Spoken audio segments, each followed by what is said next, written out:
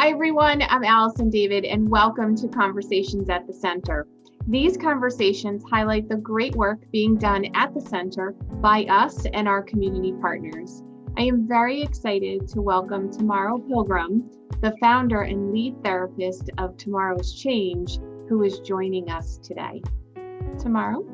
Hello, how are you? And thank you. Oh, thank you for being here. I think this is really exciting because mental health is such an important part of what everyone is going through right now. So to have you to talk about your services, I think is really important. So first, tell us a little bit about Tomaro's C.H.A.N.G.E. Tomaro's C.H.A.N.G.E is a nonprofit organization located, of course, at the center.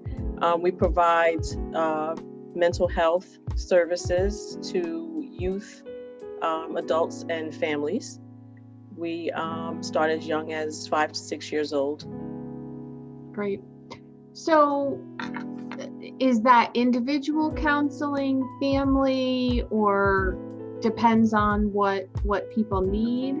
It definitely depends on what people need. We do individual, we do families, and we do groups. We also have, before COVID hit, we had parenting classes that were state approved for parents who are getting divorced or legally separated.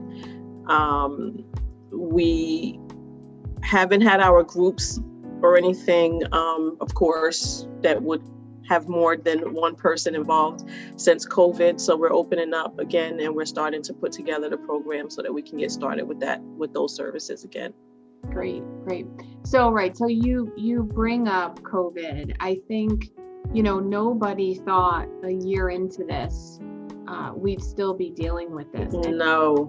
Yeah. And I think that the strain for all of us on our mental health has been really, really hard, really, really very trying.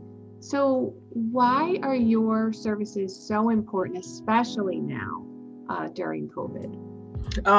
Well, one of the things that we try to bring to people's awareness is that mental health is just as important as your physical health. You can't have one healthy without the other healthy. So what makes it such a big deal right now is because we are so cut off from the world. Even though you're starting to see places open up and people are going back out, we still have an issue with people afraid. People are really afraid. So anxiety levels are very high. You have people who are experiencing depression.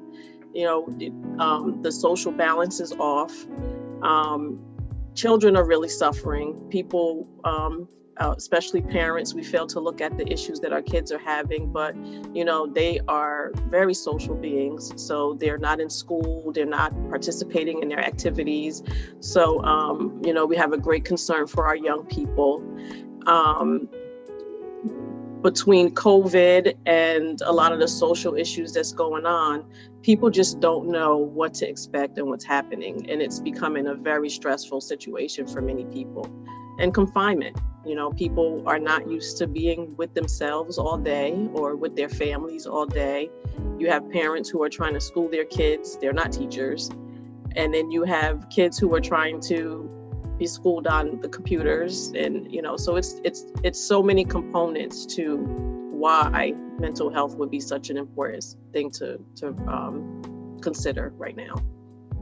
So what are some of the coping strategies that you could share? I mean, I think I want people to know that going to therapy, reaching out for help is important and is okay. But what are some of the other coping strategies they can do right now to help themselves and their families?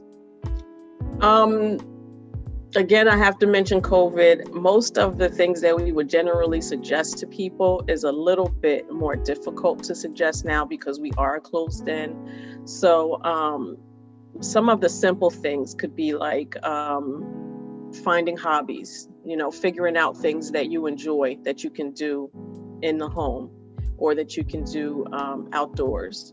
For people who are really going through tough times, positive journaling. You know, we say, oh, just journal, it helps, it makes you feel better. Well, all journaling does not help, you know, make you feel better. Some of it just makes your situation worse. So positive journaling is good. Reminding yourself of all of the positive things that's going on. Talking about the future, talking about things that you have going on in your environment or your family. You know, being able to write that down is just a simple reminder of why you should try to feel better. Mindfulness, which is different from meditation. You know, mindfulness, you can take 5 minutes out of your day when you're feeling extremely stressful, find time to yourself and just sit still for a minute, you know, do some introspections, learn your body, figure out what it is that is wrong with you when you start to feel like you're having some issues.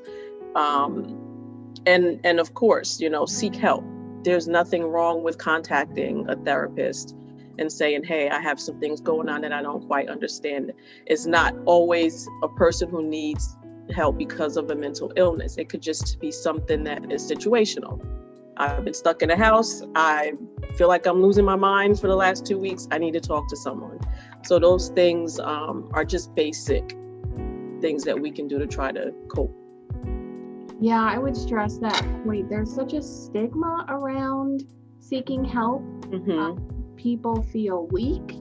And to me, it's the exact opposite. Yes. You know, that when you reach your hand out for help, it shows great strength. And part of this conversation is to help move that dialogue forward, that people know there are services out there when they need help. So you know, if someone, I would be thrilled if someone saw this and said, hey, I'm gonna reach out and get help. If they want to talk to you, if they want to get in touch with you about your services, about how much it costs, all that kind of stuff, how do they find you? Okay, well, first I'll say that we are virtual. So we're doing virtual and in-person sessions, which makes it a lot easier for people who are having a difficult time getting out. For whatever reason, they can always contact us and they can request virtual sessions. We have a male therapist who is excellent helping with our young boys. So if you have your young boys who are, and I'm putting emphasis on this because it seems to be a growing issue and there's just not enough male therapists out there to help them. So we do have male therapists, also virtual. We are putting a lot of emphasis on our young people because our young people are the ones who are struggling the most, whether we want to acknowledge it or not. I think personally that in-person sessions are better, but we do have ways of working around those.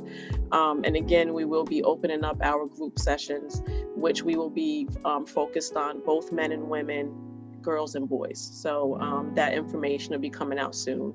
Anyone who wants to contact us, we're on Facebook, we're on Instagram, and you can contact us by email, info@Tomaros, TOMAROS-change.org, or you can reach us at 844-222-8500, extension 501, or 302-779-2961. Great. And that's a lot of information. We'll make sure that all the links are here and that it's posted. People that follow our social media, you know, will also link your information there. Tell me, before we go, doesn't change stand for something? Yes. What is the Tomorrow's Change? What does the change stand for? It's creating healing answers and necessary guidance for excellence. That's awesome. Yeah. Awesome. So thank you so much for spending a few minutes with us. I think it's been really important for people to hear someone who's in the mental health space be warm and share the information. And I hope that people reach out if they need help.